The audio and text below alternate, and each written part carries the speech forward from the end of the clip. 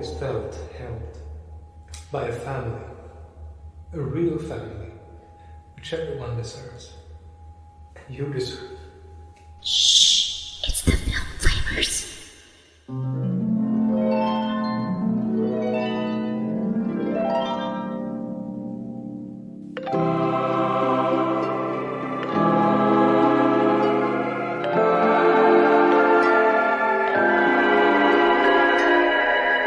Hey guys, I'm Chris. Hey everybody, I'm Robert. And we're the Film Flamers. Caught off guard, I didn't know we were about to start. Oh, I'm sorry. No, you're good. We're continuing our deep dives into our favorite A24 movies, and now we're going to talk about the feel-good movie of the century. Yes, and it's our number 2. That's right. What does that say about us? We're going to explore the depths of our own codependency with Midsommar. How do you say it? Midsommar? Midsommar? Midsummer? I think I just say Midsummer. Yeah.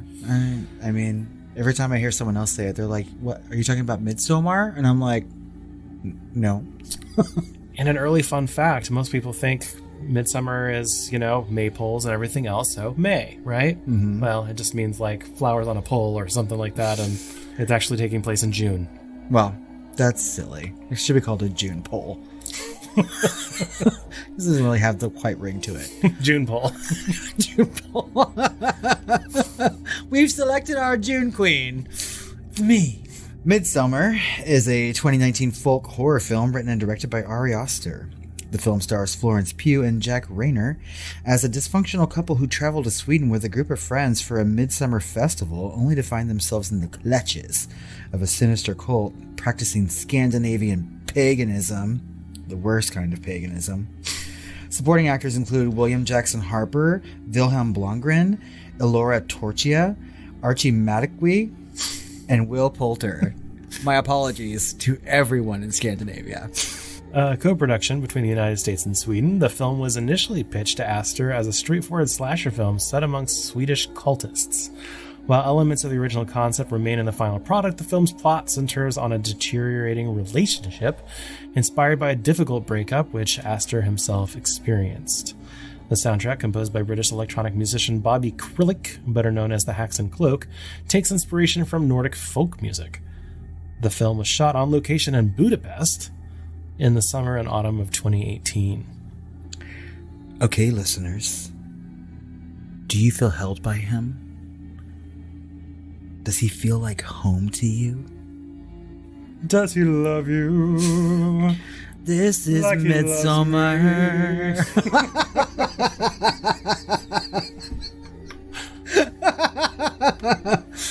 Will he mallet you? Mallet. Oh, mallet. I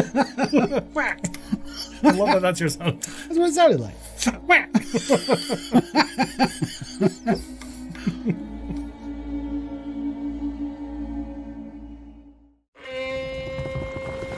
I told you that I want to go to that festival in Sweden. No, you said it would be cool to go. Yeah, and then I got the opportunity and I decided to do it. I don't mind you going. I just wish you would have told me. That's all. Dude, she needs a therapist. You've been wanting out of this stupid relationship for like a year now.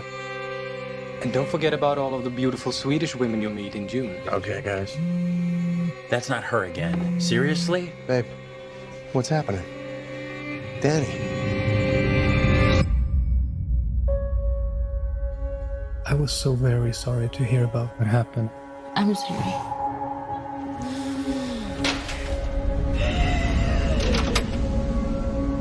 I invited Danny to come to Sweden. You know what she's been going through. Christian says you've got this special week planned. It's sort of a crazy festival. Special ceremonies and dressing up. That sounds fun.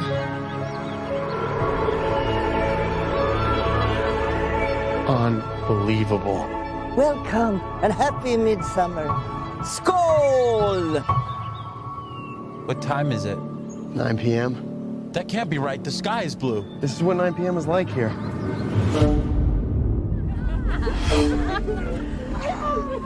How long have you two been together? Just over 3.5 years.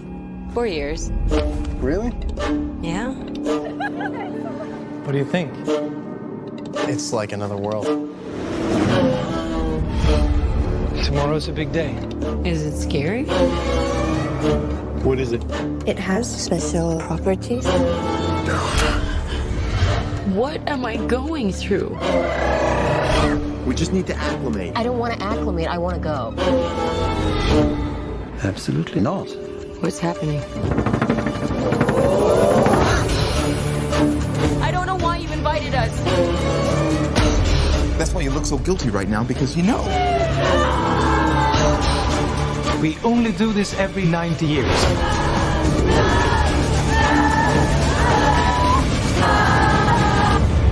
I was most excited for you to come.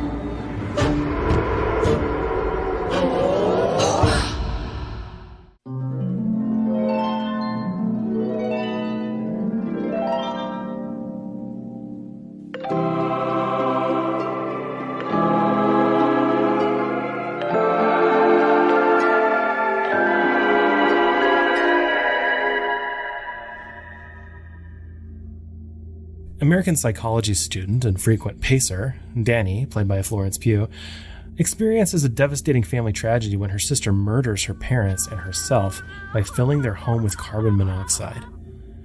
Danny's in a 4-year relationship with a cultural anthropology student, Christian, played by Jack Reynor, who she feels is growing more distant. In fact, the relationship puts the funk in dysfunctional. Christian has been wanting to end their relationship, encouraged to do so by his friends Mark, played by Will Poulter, and Josh, played by William Jackson Harper, but stays with her after the tragedy. Danny learns that Christian will be joining his friends on a month-long trip to Sweden to attend a midsummer festival with foreign student Pelle, played by Vilhelm Blomgren, at his ancestral commune. The festival happens once every 90 years, and Josh, who's writing his thesis on midsummer traditions, regards this as a once-in-a-lifetime opportunity. After an argument, Christian reluctantly invites Danny to join. The group arrives at the outskirts of the commune and are offered psychedelic mushrooms as a welcome gift. Danny hallucinates about her dead family and scampers off in a panic, and is found the following morning, just as everyone is led into the commune. Pelle's brother has also brought guests, Simon and Connie of London. Pelle has failed to mention to the group that the festival is kind of fucked, and the day after their arrival they are treated to an Adastupa, a ceremony where 2 older commune dwellers commit suicide by jumping off a very high cliff to a rock below. When one of the elders survives the falls and wails in pain, his fellow commune folk mimic his cries. Thankfully, they have a ceremonial giant mallet with which to mercy bash his skull into muppety chunky salsa. Connie freaks the fuck out, but religious leader Siv tries to calm her by explaining that those in the commune who turn 72 sacrifice themselves and consider it to be a great honor. Connie and Simon are having none of it and decide to leave, but are separated and mysteriously driven to the train station one at a time. Danny also wants to leave, but is convinced to Pelle to stay. He explains to her that he also lost both of his parents, but was emotionally raised by the commune. He asks her if she feels her relationship with Christian is emotionally fulfilling. In a real dick move, Christian tells Josh that he has decided to write his thesis on the commune and their midsummer festival, and Josh is pissed. The two each begin to pester the commune elders about learning more about their fucked up ancient ways, and are granted an opportunity to look at religious texts which are written by oracles created by incest. When Mark pisses on a sacred tree, representing the commune's dead, he causes a scene and is later lured away by a young woman and never returns. He isn't the only one who has caught the attention of one of the young folk women. Christian has a secret admirer of his own, Maya, and she is dead set on getting into his pants. She plants a love rune under his bed, and during lunch, he discovers that his meat pie is actually a hair pie when he finds a pube in his mouth. Christian is also oblivious to the color of his drinks. He sips a beverage that is far more pink than everyone else's, perhaps tainted by something menstrual. Christian is summoned by Siv and is told that Maya has requested and has been granted the permission to mate with him. Later that night, Josh sneaks into the temple yurt to photograph pages of the incest text, but is startled when he sees Mark's silhouette in the doorway. Except it's not Mark. It's someone wearing Mark's skin, Buffalo Bill style. Josh is bludgeoned and dragged away after he has to moisturize himself before they bring back the hose. He rubs the lotion on his skin. Or else it gets the mallet again. Yeah, or else it gets the mallet again. The following day, Danny and Christian are separated for the festivities. Danny's given a psychedelic tea and joins in the dance competition to be that year's May Queen. Christian is also offered the tea as he watches. He at first refuses but then partakes. Danny is crowned the winner and is led to bless the livestock and crops, while Christian is led to the fertility yurt, where he finds Maya spread eagle on a bed of flowers surrounded by older naked women. Witch! As he gets his drugged bone on with Maya, the naked folk women mimic her moans and encourage them to copulate, sometimes by pressing on his ass. Danny witnesses the crotch fruit making and runs away an emotional wreck. A group of young women mimic her wails and sobs. Christian flees the fertility yurt after finishing and flies into the greenhouse where he finds Simon's flayed body hanging from the ceiling. He is yet again drugged and falls unconscious. For the final ritual, Siv explains that they will need 9 sacrifices to rid them of evil. 4 of the sacrifices, Josh, Mark, Connie, and Simon, are outsiders, and 4 are residents of the commune. Danny, as May Queen and resident Flower Pile, must choose the final sacrifice, another resident or Christian.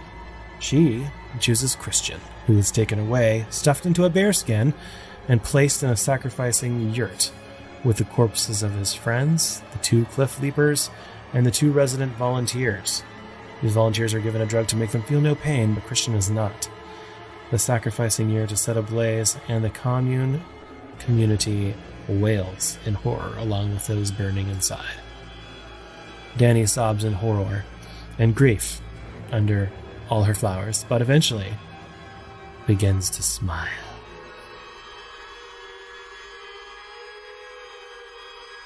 The end. Yurt. Am I the only person who finds the word yurt funny? I mean, come on. They're not cabins, per se. They're yurts. Let's go yurt in the dirt. I don't know. Quick, to the sacrificing yurt. It's only funny when I say it like that. Christina! Quick, to the fertility yurt. Grab the mallet. Christina, bring the sacrificing mallet.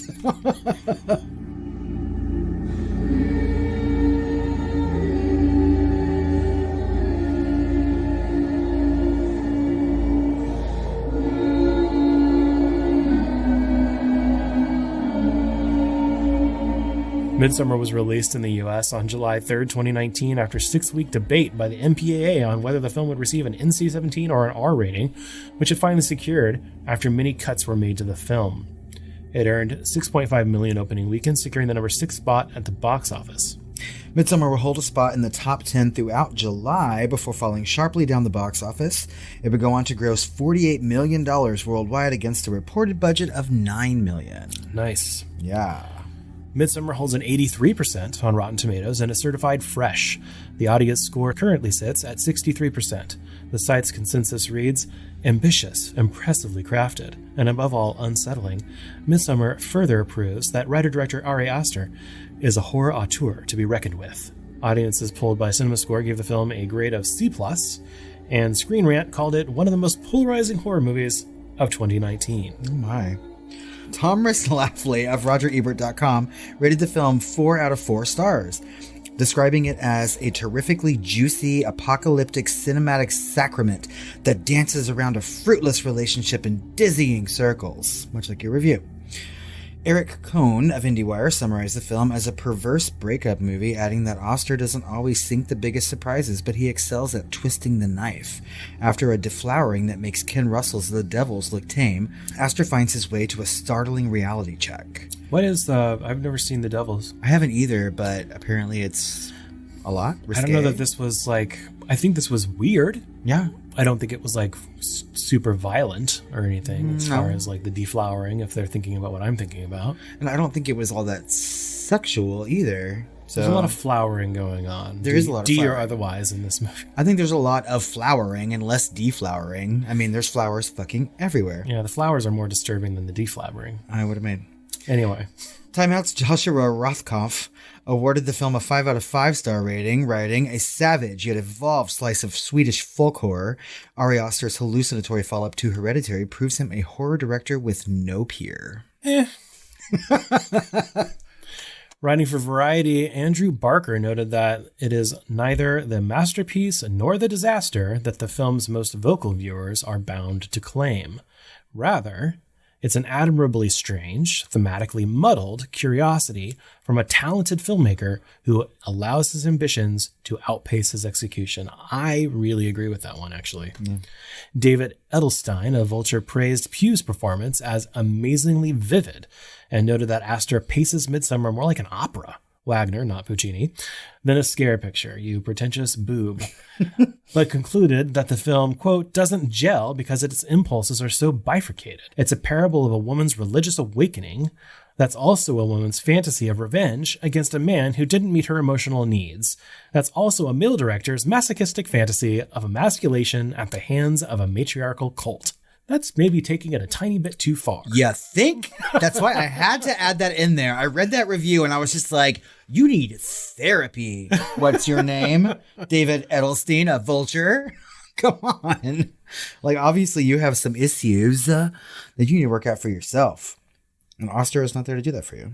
So the film has some accolades. At the Saturn Awards, it was nominated for Best Horror Film, but it lost to The Invisible Man. And these Saturn Awards were in 2021. So it seems like years were missed during pandemic times. Wow. Yeah. So it was up against several years worth of movies. That sucks. Yeah, it does. Because I feel like it would have maybe won. I'm not sad that Invisible Man won. Of course not. I think it's a superior movie, but different. Is it? I don't know if it's superior. I mean, I would say so. I would. That's tough. You know, like I would really like, especially with those two actresses' performances next to each other. That's tough.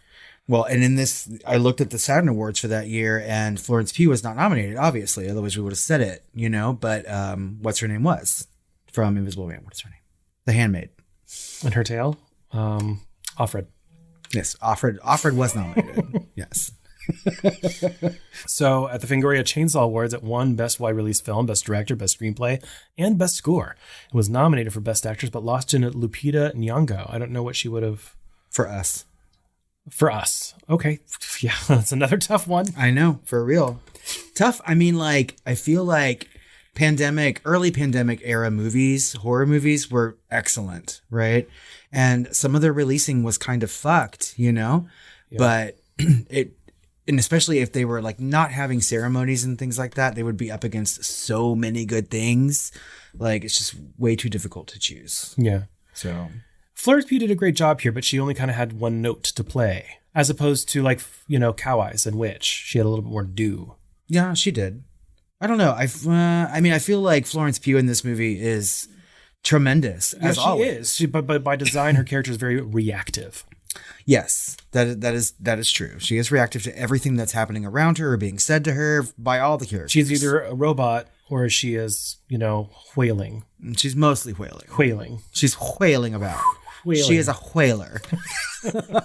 Singing shanties or whatever they do in Scandinavia. She has to go hunt her whale. I don't know. In a bear suit. Yeah. So Jack Reynor did an excellent job at making us hate him, you know, as Christian. Will Poulter, who is now in the MCU as Adam Warlock, apparently, and is jacked, is his doofus self in this movie. He is quite the doofus in this movie. He's like the only sense of like comedic relief, and it's not even that funny. Yeah. William Jackson Harper, who was on The Good Place. Yeah. As well as in the MCU now, in the latest the Ant-Man Quantumania. So was Florence Pugh. Oh, yeah, shit. Yeah, she was great in that. So, my God. Whatever. I'm just going to stop listing that. Is everybody in the MCU now? I don't know. Wilhelm Blomgren as Pelle, who was great. He has more to do. Archie Madekwe, I don't know, as Simon, and Ellora Torchia as Connie. And those are our two Londoners. Mm-hmm. That's right. Yeah. And a slew of Scandinavian actors and actresses. That we cannot pronounce, so we apologize. That's right. But, I mean, like, the extras in this movie, and there are legion. Man. my God, I feel like the commune folk in this movie. There needs to be like some sort of like community Oscar for like extras, and for a lot of those people had lines. Yeah. Well, I feel like at the SAG Awards, when they give like their version of what the best picture is for that year, it's considered to be an ensemble award for acting, right? Because it's all Screen Actors Guild. Yeah. And so I feel like as a whole, everybody in this movie was really, really good. Like I don't think there's any subpar acting in this. Yeah.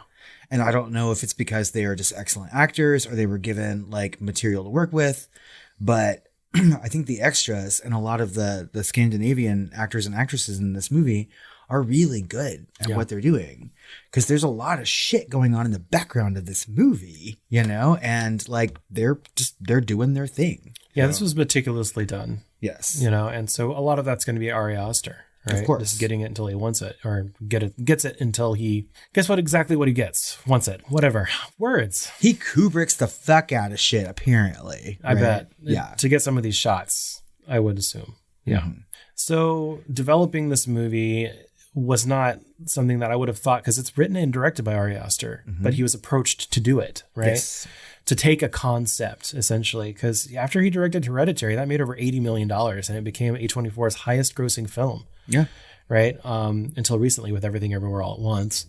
And he was approached by producer executives, Martin Kolkvist and Patrick Anderson at Be Real Films, which is a Swedish production company, to helm a potential slasher film set in Sweden, an idea which Aster initially rejected as he didn't feel like he had a way into the story. I don't know that there's a way into that story. It kind of seems kind of random. Yeah. I mean, or like very, very basic. It's like taking something that already exists and putting it, just into a different kind of setting. And I don't feel like that's very interesting at all. I feel that's try hard. Yeah. So he ultimately devised a plot in which two central characters are experiencing relationship tensions verging on a breakup, and wrote the surrounding screenplay around that theme. So remember that. He described the result as, quote, a breakup movie dressed in the clothes of a folk horror film. And that seems new.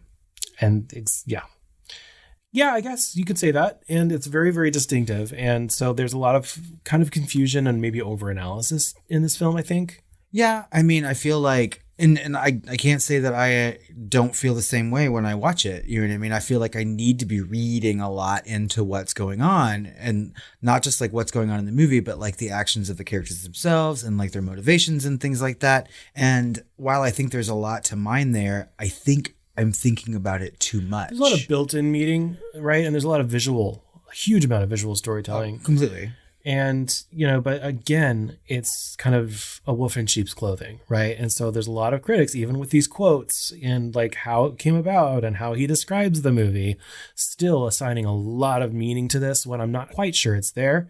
And maybe this is just one of those where it wasn't super intentional, or it was intentional with kind of a wink and a nod, that a lot of this stuff is kind of built into it. Aster has mentioned the 1981 Albert Brooks film Modern Romance as an inspiration for Midsommar, and also called it The Wizard of Oz for perverts. Okay. I feel like that might need to be explained to me a little bit. He's not the only one. Like, we'll get into that a little bit later. Okay. So Aster worked with the film's production designer Henrik Svensson to develop the film's folklore elements and the traditions of the Harga while visiting Hollingsland together. And he researched the Hollingsgard's centuries-old farms that typically had like painting on the walls to develop a stylized version for the set, as well as like midsummer celebrations in Swedish, German, and in English folklore. And he also researched spiritual movements and communities, saying that he particularly drew inspiration from Rudolf Steiner's Anthroposophy and the Theosophy movement, which are basically postulating the existence of an objective, intellectually comprehensible spiritual world with rules accessible to the human experience. Okay, that seems pedantic. Cultish. Yeah, I mean, it's a really long-winded way. Like, that's really cultish. Anthroposophy. And then the Theosophy movement is to say, like, oh, we have like masters who, might be thousands of years old living in Tibet who hold all the secrets, and like we kind of bow to them and blah, blah, blah. And yeah, there's this whole thing. I mean, and that's culty. Present. It's culty. And it's present in the movie. Obviously, this movie's about a cult. I mean, at the end of the day, whether you want to call it that, call it a commune or what, but So he did detail work. Like he did a lot of research and he had help doing it, and so he was able to kind of craft this movie with like, in this setting, kind of drop shipping this other story into the setting and kind of just to see what happens, kind of like in a sandbox.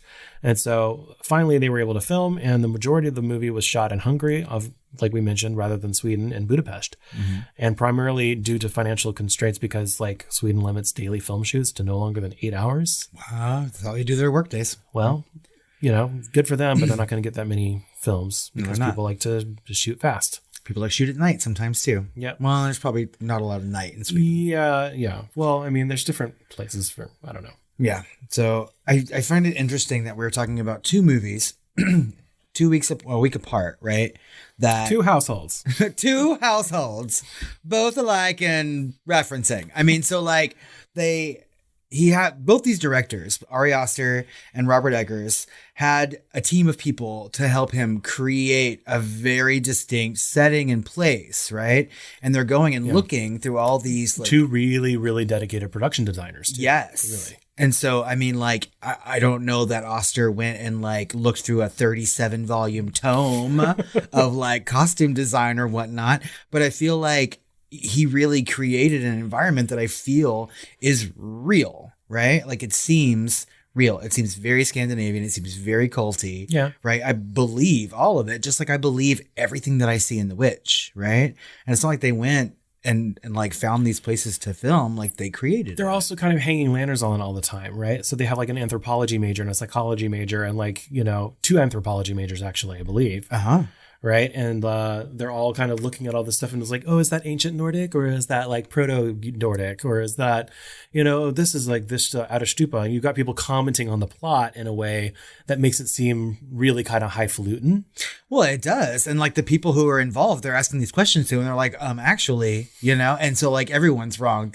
It's just like I love this, like people coming in thinking they know everything about the setting that they're in and they are deadly wrong. Does highfalutin sound Swedish? Highfalutin.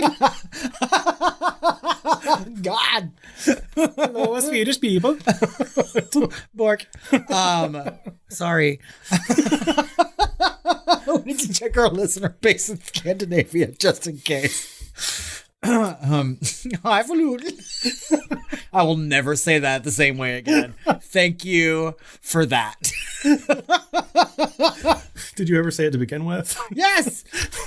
I say highfalutin all the time. I'm very judgy. Highfalutin. But now I'm going to say it like the Swedish chef. 3D. You did it. Okay. You're did it. That was the best thing I heard all day. All right. Well, speaking of highfalutin is the look and feel and music, essentially, right? Everything that's happening on screen. And kind of a masterclass. Like here is where he's like approaching like the height of craft, right? With everything that he's pulled together to give us like visually, and audibly on the screen. No. Starting with that amazing cinematography. I feel like Ari Aster is a very good visual director. I feel like Hereditary. Yeah, it's also the same cinematographer from Hereditary. Oh, perfect. Yeah. I mean, like find a team that you work well with, right? And create that and then recreate it just in a different kind of movie. But I feel like Hereditary has amazing visual storytelling. It does. And lots of things going on in the background. In a very literal way. Yeah, it's way more literal than this. Although this is kind of fucking literal too. I mean, if you think about the very opening sequence, right? Before you ever see Florence Pugh, it has an opening mural. It goes from right to left, kind of going back in time. Yep. Right. And it foreshadows the events of the entire movie and provides clues pertaining to the contrasting fates of Danny and Christian. Looking closely, it also reveals Pelle as the mastermind behind the invitation to visit Harga right there at the beginning of the film. You just have to like kind of look at it, essentially. Right. I mean, yeah, it's like a tapestry, right? And like tapestries will tell a story. Yeah. They have tapestry. They have like it's mostly like paintings on the walls and like stuff like that. And they've got the murals, right? And so also when they reach the village, Connie and Simon look at the tapestry that shows a woman falling in love with a man, placing flowers under his pillow, hiding her pubic hair in his food, and resulting in the man's like falling in love and impregnating her. And the tapestry exactly forecasts what Maya does to Christian before and during the May Queen celebrations. What's neat is that like, so listeners, we have a hot takes episode on this movie. We do. Right? And did you go back and listen to it before we recorded? No. Nor did I, because I didn't want to taint the things that I wanted to talk about now. I had forgotten about that taint. Really? What I do remember is that we talked about that opening mural and the tapestry quite a bit in that hot take. I remember talking about this and saying like, it's right in front of us the whole fucking time. Yeah. You know? And so like none of it is shocking when things that happen in this movie are actually shocking, right? They should not be, because they have been shown to us anyway. A lot of literal foreshadowing, literal visual storytelling. Yes. I mean, it's happening right before us. And also there's hidden images on the screen, which I like, you know. Yes. There's some interesting, like, it's not even like American Beauty visual storytelling with the roses and blah, blah, blah, and the curtain colors and blah, blah, blah, right? It's all just there, right? It's like, I don't know how highfalutin it is, but it's there. So, I mean, like, toward the end of the film, if you haven't caught it, when Danny's lifted on the pedestal to be carried to the dinner table as the May Queen, like, you can make out her sister's face in the trees with the exhaust tube in her mouth from the beginning of the movie. That's right. And it's just like watching her, and it's blinking. It's like looking at her, you know? And so it's just really, really like, there's stuff like that in this movie. So what does that mean though? I mean, like, What does that all mean? I mean, I feel like I need to drink some psychedelic tea before I watch this movie. But I think it's contrast. I think it's lots of things. You know, I think it's still heavily on her mind. It's like everything that she's not thinking about being the May Queen. She's thinking about her dead family. And yeah, I mean, I would say that too. But I mean, all of it. The thing is, and that's the thing about this movie. And while I like this movie very, very much, I still think that I'm thinking too much about it, right? I think I need to just like let it be what it is. Well, it's tried to show us kind of like visually treat her guilt, survivor's guilt, and things like that. Every time she has like a positive moment, she's reminded of their death and things like that. There's a lot of stuff going on, you know, just to show how heavily it's on her mind in different ways, you know. And so I think it's not much more to mind than that. And it's also fucking creepy, you know. And so it is. That was the real goal. Just something about my brain in this movie, I'm just like, there's deeper meaning, and I'm like, why am I trying to describe this to may that? Not be, right? Exactly. I need to let it go. After you and I watched it together, I went back and rewatched the opening of the movie the next night. Like, I watched from the opening to about the time they were walking into the commune. Okay. And I was just like, because I just wanted to see it again. And I mean, I think that's speaks very highly about the film, but I also think that my brain is telling me like I'm missing something, and maybe I'm not. It's because it's too easy and you think you're not working hard enough, right? Yeah. And so maybe. there's just like lots of stuff. There's like just like lots of little treats for the audience, right? But none of it's like, it's one of those things where it's like a mile wide, but a couple inches deep. Yeah. I mean, I need to just remember that. And I don't think that's a fault of the film, but I think it's a misunderstanding. Yeah. And I think it could have been solved with some, you know, some slight fixes that maybe might come up later in the episode. Oh, okay. So also the effects, right? So there was like 60 plus different versions of the psychedelics effects that were tested, ultimately choosing one based on trial and error because they didn't want it to be distracting. They wanted people to still hear what's going on screen, you know, to kind of not be brought out of it because of some big effects. So they decided like subtle warping, you know, and for the close-ups, seeing like grass growing through her feet and, you know, stuff like that, seeing how she was going to be like one with the commune and one with the community and one with Earth. Yeah, well, I like the tone of your voice when you say that, but I mean, like, highfalutin. But I feel like the effects in this movie are excellent. We are always threatening to do a like top 10 movies to watch in an altered state kind of thing, and I feel like this movie is one of them for me, right? Like, after we watched this movie the other night, I really wanted to like eat some mushrooms and then watch it again. I am the opposite. I know you like are. Even writing the notes for this, it feels kind of bad trippy. Yeah. And I've been there in real life and I don't want to go back. And I've had some bad trips too, you know, but like, I don't know, just I kind of like, I do like the subtlety of what's going on. I mean, even if we are looking directly at a character in the camera, right? So we're seeing Danny covered in flowers, and one of the flowers is fucking breathing constantly on her head, you know? And it's just like, it makes you feel like you're a member of the commune, like watching things unfold, right? The trees seem to be breathing. Things are moving in a very lifelike kind of way. Like your environment is alive around you. And some of it's subtle, some of it's not. And I just kind of want to watch this movie very, very stoned. Yeah, I think stoned is good. I think mushrooms is bad, right? And so it's like there's a lot of familial kind of tragedy and drama and trauma in this, and things like Hereditary. You know, it's like I can do a wet Grinch salad on drugs. Maybe 2001: A Space Odyssey. Yeah. You know, or something like that. But not when it's like really getting close to that, like, you know, Requiem for a Dream area. Yeah, I think I would draw the line at that particular movie, which is also very trippy, you know, but I was like, no, I would not watch Requiem on mushrooms, but I probably would watch Midsommar. Okay. Will I do it? Yeah. Probably not. No. So the music was done by Bobby Krillick, who we already mentioned as Hax and Cloak, who, you know, Ari Aster handpicked him because of his electronic dark ambient project that he did like back in 2012 or 13. Okay. Somewhere around there. He's done like TV shows and movies and stuff since then, I think, too. But there's lots of diegetic music. Tons, almost all of it. Like you're never quite sure if the music is coming from like the setting, and that introduces that pretty quickly. Like you think it's happening, you know, you start hearing like whoa, whatever, you know, and some of like the more ambient music that you would have thought was going to be in the soundtrack is actually diegetically being sung or played on the screen within that world.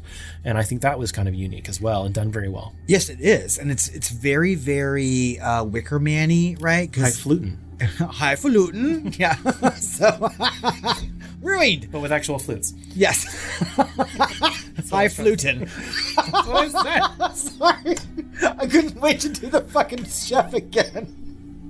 So the thing is, I mean, we're talking about the look and feel and mise en scène of all this, right? And like you hear that music and the camera is panning in such a way that it takes like what feels like sometimes 17 minutes to get to the people who are playing the instruments. Yeah. And then you realize that it's happening all around them. Again, it's immersive or whatever. Where are the mushrooms? Like, bring them, please. Yeah, super immersive. Like to be an actor on that set, like walking through the archway and going into that commune for the first time. Where people are like banging the drum slowly or whatever.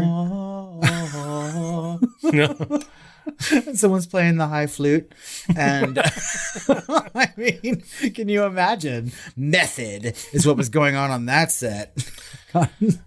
Speaking of highfalutin, let's talk about more highfalutin. Highfalutin. Highfalutin.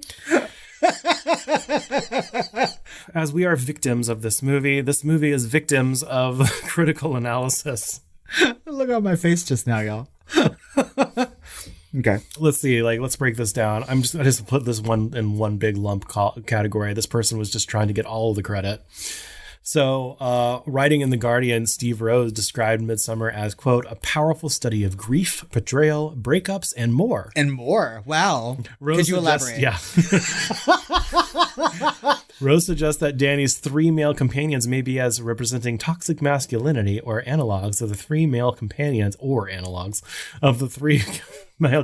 in The Wizard of Oz, namely the 10-man Cowardly Lion and Scarecrow. And other themes as well. Yeah. Rose also proposes that the film may be read as a, quote, parable of snarky, city-smart, modern rationalism undone by primal, rich, rural values, end quote. Alternatively, in addition to, he proposes the village's traditions could be read as far-right, white nationalist, or eugenicist. Okay. All of it. Yes, it's all just built-in themes, man. Like, stop trying to get credit for it. Like, he's so extra with it may be about all this stuff and other things as well. This movie certainly has themes. Come on. Okay. A rose by any other name, Steve. Would stink is sweet. Also, Alyssa Wilkinson of Vox, not Fox, Vox, described Midsummer Story as following Danny's emotional journey and following a fairy tale convention, where Danny loses her family at the beginning and goes on to become a queen, as with Cinderella and Snow White. Aster himself said, quote, we begin as Danny loses a family and we end as Danny gains another one. And so, for better or worse, the Harga are there to provide exactly what she is lacking and exactly what she needs in true fairy tale fashion. I can see that in this movie. Highfalutin, but apparent, you know? Yes. So I want to go back to this Wizard of Oz thing, unless you have plans to talk about that further. No, I don't. I don't plan to talk about that at all because I think it's stupid. I mean, I agree, but I want to know, like, who is who? Well, you could say the Cowardly Lion would be Will Poulter. Yes. Okay. The Tin Man. The Tin Man is Christian because he doesn't have a heart. No. Is Josh? No, because he's so like he needs a heart. Okay. All right. And he's kind of, like wooden, he's a little bit more straightforward. Sure. And the Scarecrow needs a brain? Needs a brain, and that's Christian. Okay. And also in his dorm, on his fridge, is a little picture of the Scarecrow. Oh, God. On the fridge. Highfalutin. All right. Which probably was just enough to give these people, like, you're watching this again, trying to get all the tidbits. Feeling like you're getting extra credit for, like, I don't know, Miss Anderson back in 3rd grade. I don't know. Now I feel bad for rewatching the opening to this movie, and I feel my rating dropping a half star as we speak. And yet it's not close enough. Like, it's trying to do way too much to try and have, like, earn those analogies, like to earn that level of meaning. Oh. And maybe if you really thought about it, you could make it work. But that's the point, is because there's almost nothing there. You have to make it up for yourself. Yeah. And sometimes that's kind of like a Rorschach. We find meaning in art. That's true. Based on our own interpretation. And maybe that's part of it. That is very, very true. I mean, because like interpretation is inherently selfish. And so like the more you watch something, the more you experience something, you're going to get something out of it. But like that, everything that these people said seems like a lot. Some of it's very obvious and some of it's just really stupid. Well, speaking of selfish, Monica Wolf discussed Midsommar as reflecting themes of globalization. Okay. And American imperialism in a 2022 article in the Journal of Popular Film and Television. So she outlined the film's competing ideologies of femininity versus masculinity, academic knowledge versus folk knowledge, and capitalism versus communism, writing that, quote, "The horror of the film is driven by the objectified other's resistance to the imperial power's desire to dominate a physical place and own ideological space, but is complicated by a suggestion that, in this unique case, run-on sentence, the other is also a nationalist right-wing power, and the tension between home and foreign reflects that of a new Cold War." Yes, all of it, sure. But it's kind of built in, It's the fish out of water. Yeah, I mean, I get that, but that's like... You're reading too much into this. You're reading way too much globalization into that. I don't think this movie is about that. No. It is far more of a microcosm than anything you could look at globally. Yeah, I don't think there's like a clear microcosm here. There's like the whole like religion versus not religious thing. Science versus religion is a little bit more clearer to me, than like academia versus like, thought ownership or like globalization, and the Americans going in there and kind of owning a space, things like that. That's all kind of built in, I really feel like from an American standpoint, like the people who come to this commune are there to experience and study, not to change or take over, which is what imperialism would be, right? These people are showing up to experience things that they may not want to once it gets started, but like they're not there to judge or change or like do. But they are judging, right? At the first Stupa, when they witnessed the 72-year-olds falling to their death, and it's explained to them that we view life differently. We view it in seasons, and that is the end of the season, and a baby is born and will take their name, and it's great honor and blah, blah, blah. But they're viewing it through their Western eyes, and it's all built in. But if you can get past that, it's still a fucking cult at the end of the day. It is. It's still causing damage and killing and murdering and raping people at the end of the day. So you have got to move past that, because that's not that theme feels very hollow when you see what these people are actually doing. One of my favorite things that we had said off mic after we watched this movie the other night was you said these people were murdered, and I was just like, no, they were sacrificed, and you were just like, no, they were murdered, and I was like, there's a difference, Karen. I know. But I feel like there's a difference, maybe not within the eyes of the law, but no, when he was taking pictures of the book, the sacred book, right? He was murdered. Oh, he was murdered. Yes. But for the greater good. When the guy pissed on the tree, he was murdered. For the greater good. Okay. For the greater good of that commune. For whatever they believe in, it's wrong, but I don't think it's the same thing as just like going into someone's home and killing them. I don't know. This is a random conversation we're having. I just really liked your reaction that night. Because the look on your face was like, no, they were murdered. And I'm like, were they? Well, yeah, I mean, you could say it's for the greater good of Ghostface's legacy for killing, they needed to be sacrificed for Gale Weathers' book. I don't fucking know. But they weren't sacrificed, though. I mean, like, these people ascribe to, like, some sort of meaning to the actions that they are taking. You know what I mean? I just don't see it the same For way. the community kills, yeah. But for the outward kills, not so much. They could mask that. They could totally rationalize it that way. They didn't write those incest texts. In the script, like, do you know who was wearing the face of Will Poulter that killed the guy that was taking the picture? Like Pele? I don't know. Pele's the one that knocked him out and knocked his skull off. But the guy that was wearing Will Poulter's face is the guy that was yelling at him. And when Will Poulter was like, "Is this guy going to kill me?" Oh. That was the guy that was wearing his face. So it was revenge sacrificing. Fly across this goddamn table and knock you about the ear, nose, and throat. I'm just doing it for the reaction at this point. It'll be for the greater good. Everybody would be better because of it. You finally understand. Moving on. Before you kill me. The sacrifice. Okay. So there's also a theme in here that I want to, like, I don't see anyone really talking about. Maybe I'm blind. I don't know. But like community and catharsis, right? That's like the heart of this thing, right? Yeah. That's the draw of the cult, right? Individualism versus group catharsis. There's something really attractive about a community stopping everything to console you. Yes. Not to stop you, but to feel your pain with you, to move through it with you in solidarity. What a powerful draw that level of validation must be for people in cults or attracted by cults. I would say it's the most powerful draw. Yes. A sense of community is the reaon why people do this. Exactly. But is that how human relationships actually work? And is it really, for the most part, hollow?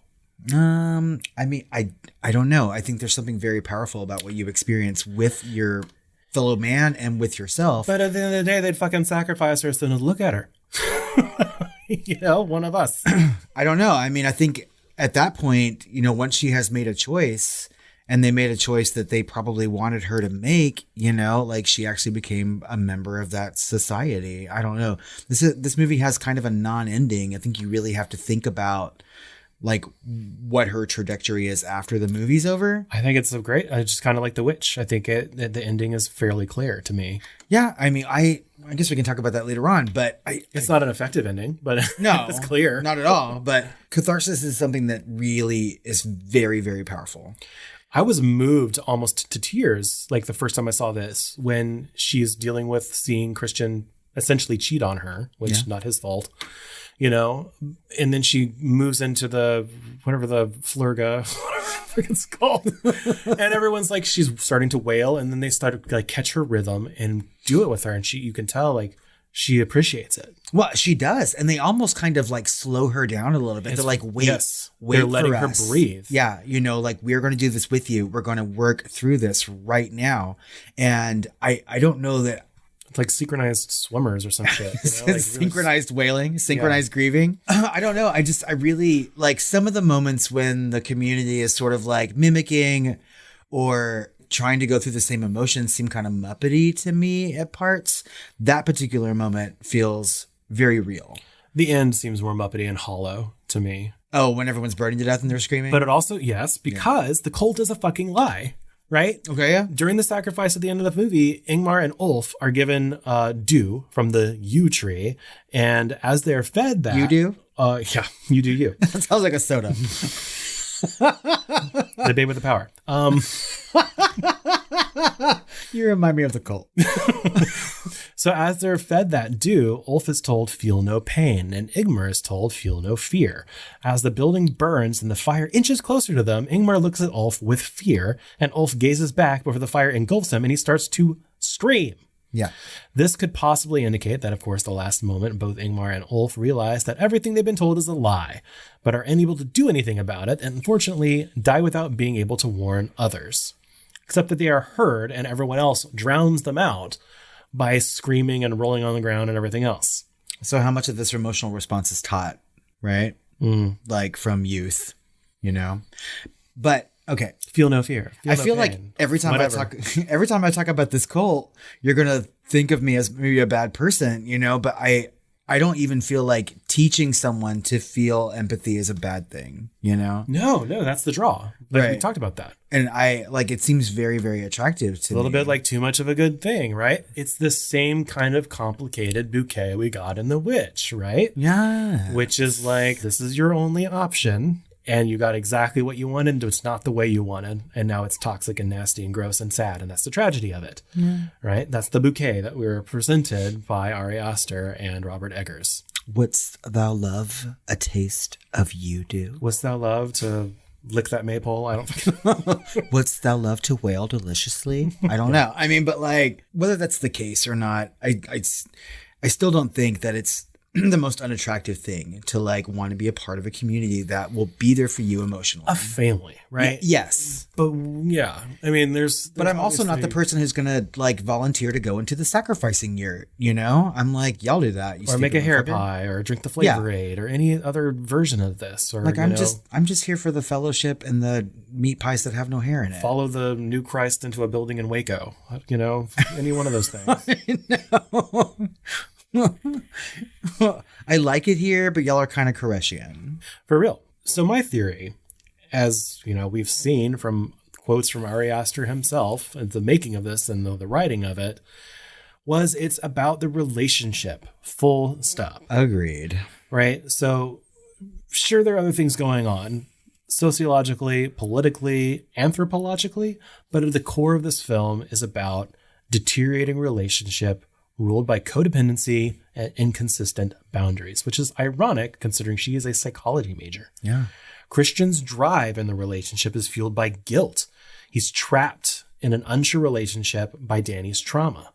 He cared about her just enough to take care of her during that, right? And knew that pulling away at that moment, you know, it's really bad timing because they were about to break up, right?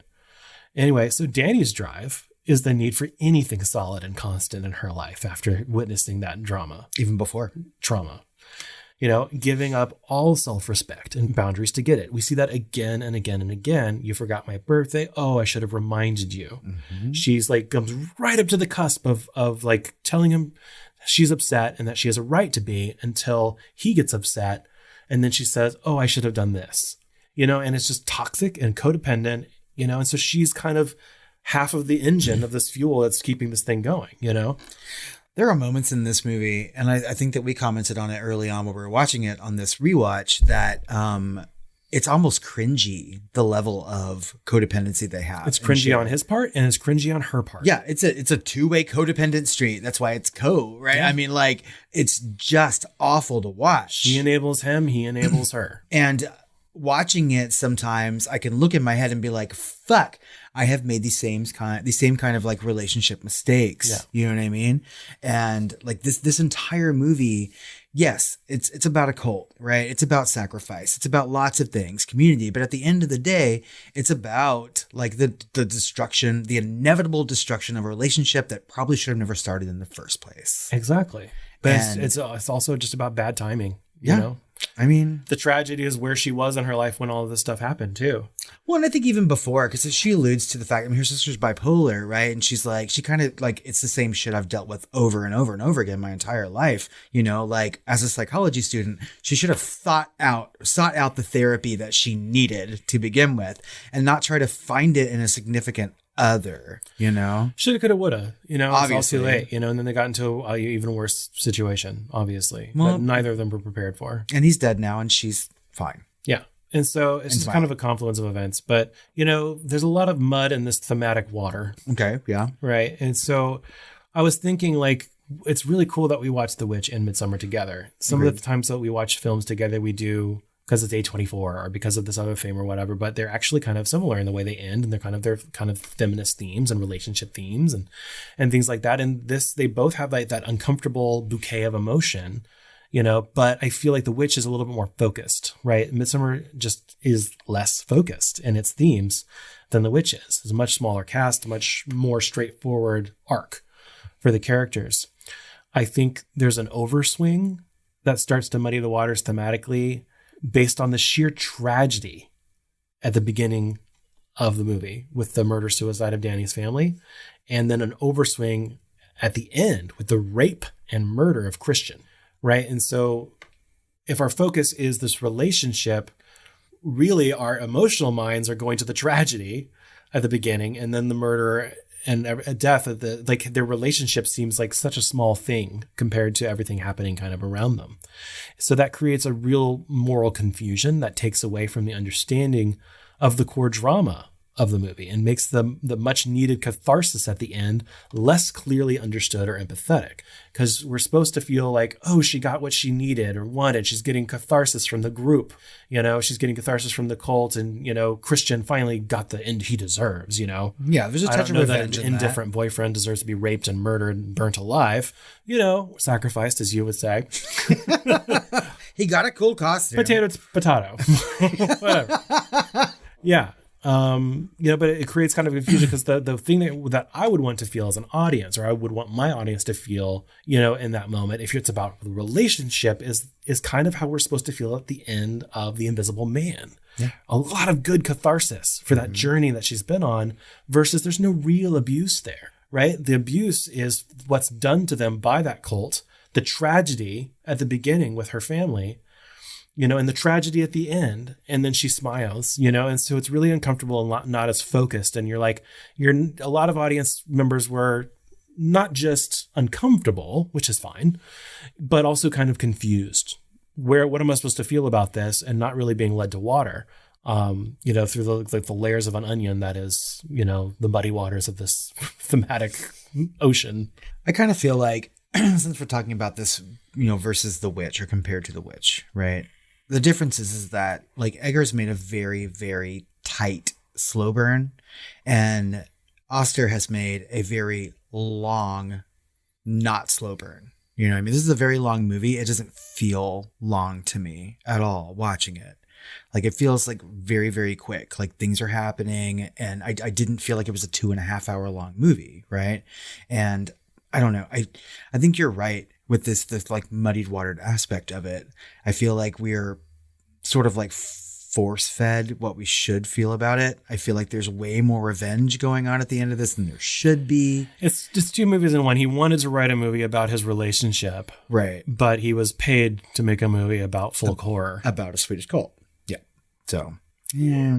Yeah. So it kind of all happened at once based on what was going on in his mind, probably going through that breakup. Probably. Or just having gone through it. And so I don't know that The Witch would have been better served by the very beginning, them leaving, because all of their grandparents or all of their extended family were horrifically murdered in some sort of murder-suicide. And at the end, Cow Eyes have to choose one of her family members to die or something. I don't know that it would have been better served that way. Certainly would have been more confusing thematically. Yeah. Not sure where to put my emotions on that.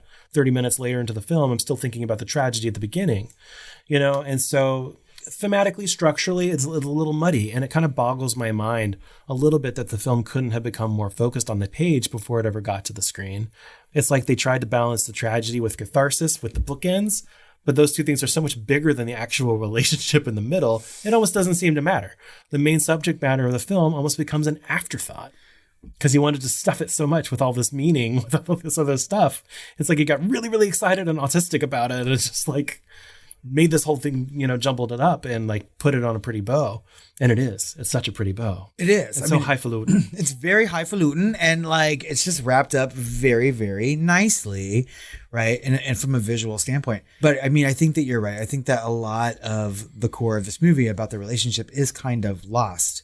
And maybe it could have been better if they would have cut just a little bit out of it, made it a little bit of a shorter movie. And it's fine how it is, it's like this is their relationship, but drop shipped into this really weird and specific situation. Fine. But if you're really wanting our takeaway to be about the relationship, then you missed the mark a little bit. Yeah. I think you're right.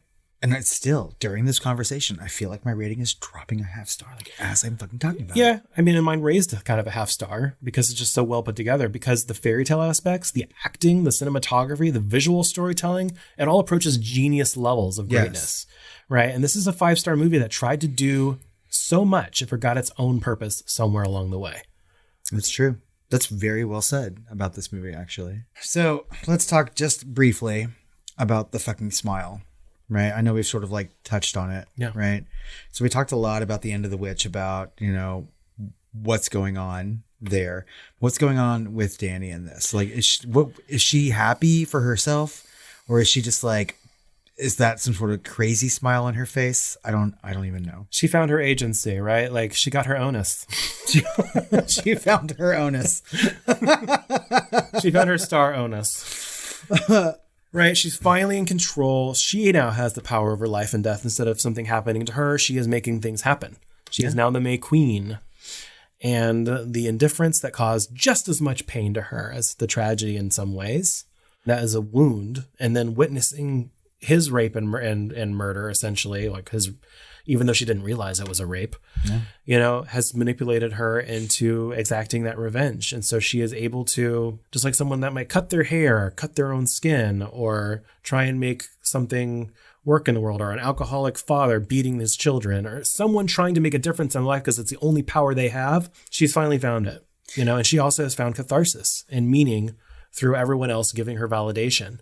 It's hollow as fuck, and it's a tragedy. It is. And that's why she's smiling, is because she finally feels like she has some control and some understanding.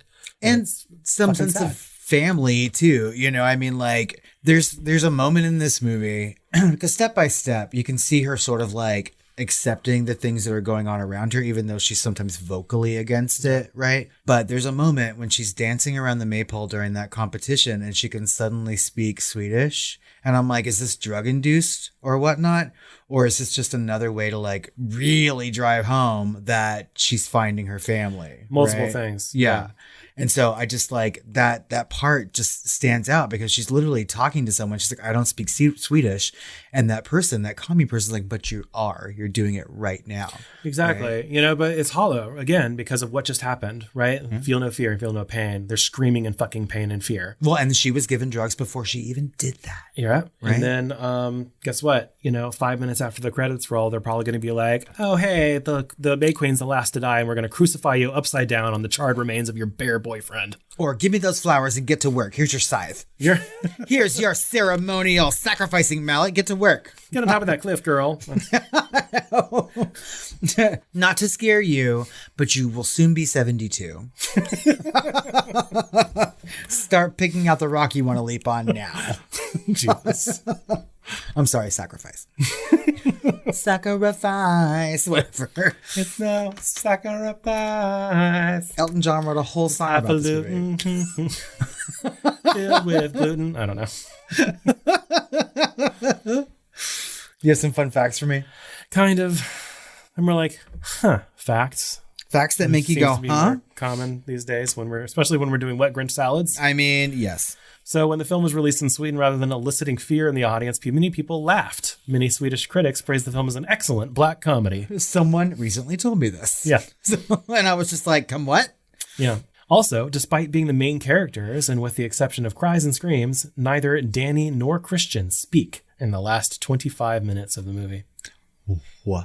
It's all like visual storytelling. Yeah. I don't think I fucking realized that. Yeah, wow.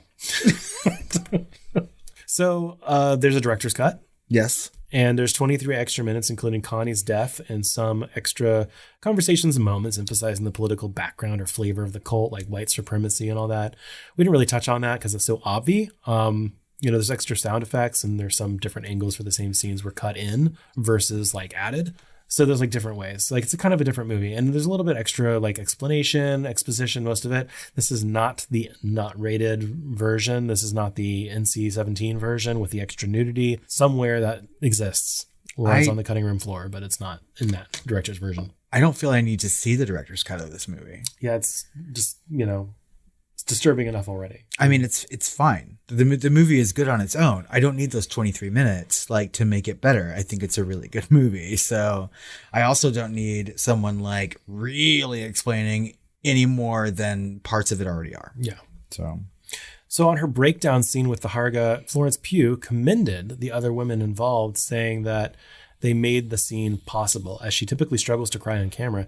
And she reflected, quote, I knew I would never be so open and so raw and so exhausted like I was that day ever again. Yet she cries on screen in almost every fucking movie she's in. That ensemble that she cried with did such a good job. All those actresses are good. They're excellent during the dance competition. It almost seems like an acting exercise. You know? Yes. I mean, you're exactly right. It's just like some sort of like ad lib warm up before the actual thing. Today we learn empathy. You know, like, I don't know. Yeah, we're going to share emotion today, class. Let's all sit cross-legged and hold hands and breathe into each other's mouths. And drink your mushroom tea. Don't forget your mushroom tea. So in April 2020, A24 announced it would be auctioning off props from its films and television series, including the 10,000 silk flower May Queen dress worn by Florence Pugh, which was reportedly purchased by the Academy Museum of Motion Pictures for $65,000. I believe I've seen in that museum. So after both Ariana Grande and Halsey had expressed interest on social media to purchase it. In fact, sub-fun fact, Ariana Grande had a 27th birthday midsummer theme. I know I loved her for a reason. Come on. She seems like somebody I don't know that she... Well, it's like, do you get it? Like, do you no, she probably doesn't. I just like flowers. So I just wanted to be in flowers, y'all. Where's my flower pile? It's my birthday. Where's my ponytail holder? No, this is in the Academy Museum, and when I finally make my pilgrimage there, I will probably come all over that case. Don't come on that case, girl. The sex scene between Christian and Maya was filmed on the final day. Oh. So Reynor said that he spent time attempting to boost morale among the other cast members involved, none of whom spoke English, including Isabel Grill, who played Maya, who was appearing in her first feature film role. He reflected he felt male nudity was unusual for a horror film, where female nudity is more typical. Mm-hmm. He said that he, quote, advocated for as much full frontal nudity as possible. I really wanted to embrace the feeling of being exposed and the humiliation of this character. And I felt really, really vulnerable, more than I had actually anticipated. End quote. And he said he prepared for it, like by watching like Last House on the Left, you know, where, you know, the girl's like stripped naked and it's like run away from the house and everything else. And it's just like, yeah, you know, this is essentially like the opposite.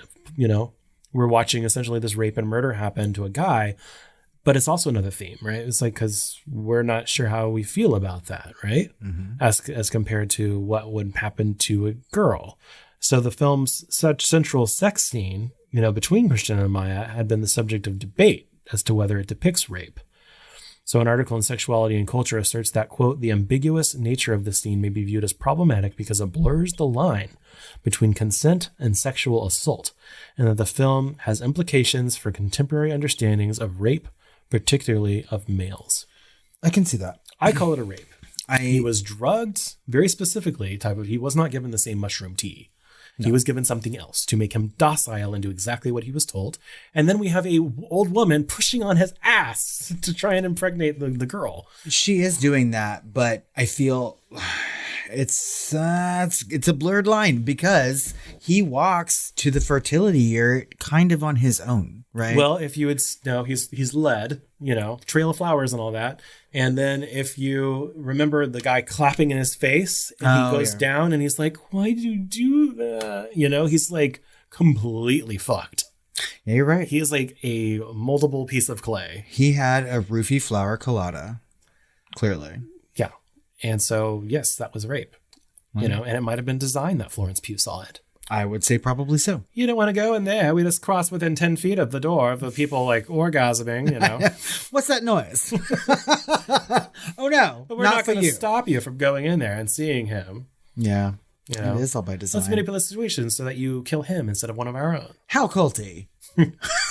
I have never heard anything more culty in all my life. I like those facts. As always, never doubt yourself. Facts are good. But we have some questions to ask about Midsommar. I still care about your feelings. Fun or otherwise. Wait, did I say that? All right, we're going to start with Sillily. Sillily. That's a word. It's a culty word. Is Midsommar a horror movie? Yes. Yeah. Yeah. It really is. It's tough. It's a tough one. It is. There's lots of malatry. Trauma, as Jamie Lee Curtis would pronounce it. There is trauma going on. There's like Muppety crushed skulls and like foots being buried in like flower beds and shit. I mean, like there's The Blood Eagle. yeah, that. People burning alive. I mean, it's a horror movie. Through and through. Always, right? But I really love, the quote unquote elevated horror movies because, again, like we talked about with The Witch, I think there's a subset of people, and mostly, popcorn theater goers who are like, no, right? One of those being my mother. I took my mom to see this movie, and it was very uncomfortable watching this with her. And we walked out of it. And she was just like, that wasn't even scary. That's not a horror movie. And I was just like, the fuck you say? Like, I'm not even going to have this debate with you. Of course, that was a fucking horror movie. No, I was laughing because I just started thinking, like, what if we just like started putting Cher from Clueless in all of the Ari Aster movies? Because he had sent me that thing from like, what was it, TikTok? Yeah. It was Hereditary. I don't even know. And the little kid's head gets decapitated, spoiler alert, on the road. And this like it cuts to Cher going, should I leave a note driving by or whatever? So what would she be doing in this one? Well, it's the car with the exhaust pipe going up. Right. Oops. Should I leave a note? Leave it to us to take a horribly traumatic thing and be like, let's put Cher in it. And not the gay one. I don't trust mirrors. I have to take a Polaroid of myself wearing this bear outfit. Whatever. Not the gay one. It's pretty fucking gay. Oh, not sporadically. My book is Cult or Fat. Stay tuned for our last Film Flamers month where we cover Nell and Clueless. It was nice knowing you. Taking the win. Be seeing ya. Hope not sporadically. Were you scared while watching Midsommar? Oh gosh, yeah, probably the first time. I mean, uncomfortable for Very sure. uncomfortable. Yeah. Sad. There's a lot of sadness in this. Like, this movie is not a feel-good film. No, and not even in like the fun, cathartic, tears streaming down your face, deep into the ocean kind of way. No, I mean, like, I don't think that I cried while watching this the first time. I kind of teared up a little bit on this rewatch, but I wasn't like bawling. I didn't get that like, I really need a good cry, so I'm going to sit down and watch Midsommar kind of feel, right? So it's just not that kind of movie, but it's very, very depressing and very uncomfortable, but not sort of outrightly scary. I think I've seen a lot of these things sort of before, but uncomfortable. Yeah. So, for real. Out of 5 stars, what would you give Midsommar? I give it a 4.5. So we have already talked about this movie, right? In a previous episode. And I had given it 4 stars. I had given it 4 as well. Yeah, according to Letterboxd. And then after we watched it the other night, I was like 5 stars fully. And I am kind of teetering right now. I feel like 4.5 is actually the better rating for this movie. So I'm going to go back and change my Letterboxd rating to 4.5. It's like one of those movies. It's like it's such a distinctive, like specific situation, right? Because it's like one of those movies that is maybe the only movie that's really like less than the sum of its parts. But the sum of its parts are so fucking good. You know? It's hard to explain. I mean, I did enjoy this movie so much better on the second watch. I just really did. And I walked away from it the other night, like thinking this movie is so excellent, right? Yeah. And it is. It's an excellent movie. But I think maybe I was on like a contact high from watching it, climax style maybe. Yeah. And I was just like, I don't know. Like the more we talk about it, I'm like, you're right. I should have like stopped and thought about the things that I didn't think I needed to think about. Maybe we need a formula, like poignancy, 5 out of 5, like true visual cinematography, mise en scène, whatever the fuck. Mise en scène. Highfalutin, 2 out of 5. 6 out of 5. I think 4.5 is a really good rating for this movie, and I will stand by that now. All right. Official. Awesome. And finally, who is the hottest guy in Midsommar?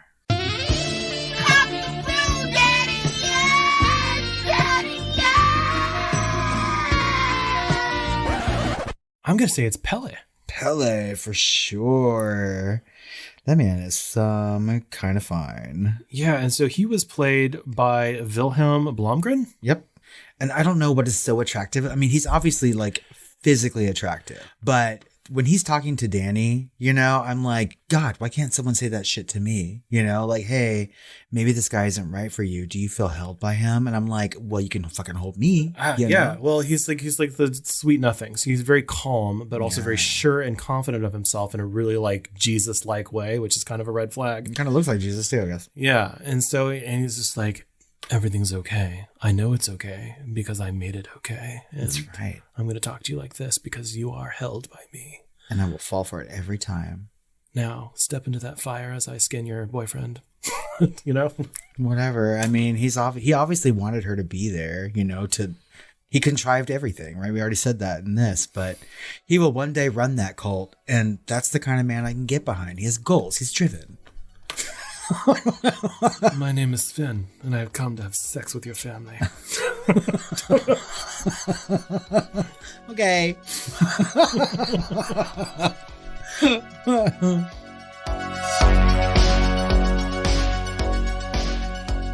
And I think that just about wraps up our conversation on Midsommar. And as always, we would like to know what you thought about the conversation and the movie itself. Do you think it's polarizing? Tell us what you think on social media at The Film Flamers on Twitter, Facebook, or Instagram. You can also email us at tiredqueens@filmflamers.com or call our hotline at 972-666-7733. Oh, do you want to lick my maypole? Feed me that exhaust pipe. That's a little dark. I went there. Too much. This is why no one wants to sleep with me. God damn. That also wraps up our content on the main feed this month, but we have more A24 to talk about over on Patreon, where we gave our patrons a poll of other A24 movies, and it seems like we're going to be discussing Green Room. That's right. Patrick Stewart. Apparently. At his finest. There's some bone-crushing, awful, squinchy moments in this. I can't wait for you to see it. Oh my God, I'm so excited. You're going to look away. No, I won't. No, you won't. I will. I never look away. But we will probably have more polls, and we'll definitely have more bonus content coming out for you. So head over to patreon.com/thefilmflamers, join the family, and help us pick what we watch, y'all. Yeah. We also need some reviews on Apple Podcasts or iTunes as we are inching closer to 100. Head over there. Leave us a 5-star review. Tell us why you like us, and we are going to read that on Shooting the Flames. We are Kathy Bates hobbling towards that. No, it's called hobbling, Paul. All right, Chris. It is approaching Midsummer here. There needs to be a sequel of that movie where Kathy Bates sounds that resigned when she says, it's called hobbling. She's done this so many times. She has her sacrificial mallet in her hand, and she's like, it's called hobbling, she Paul. fit right in with that cult. Give me a baby. Okay. What was I saying earlier? It's as hot as Midsummer in here. It is. Let's go off and have some sweet dreams. Maybe there's a Florence Pugh cry now. I can't do the... I can do the Claire Danes. I don't need a whole bunch of like cultists going in unison. Could you imagine? I would turn it off. God. No, I wouldn't. I would love the one person you cannot cast in this movie. Claire Danes. Okay. Oh my God.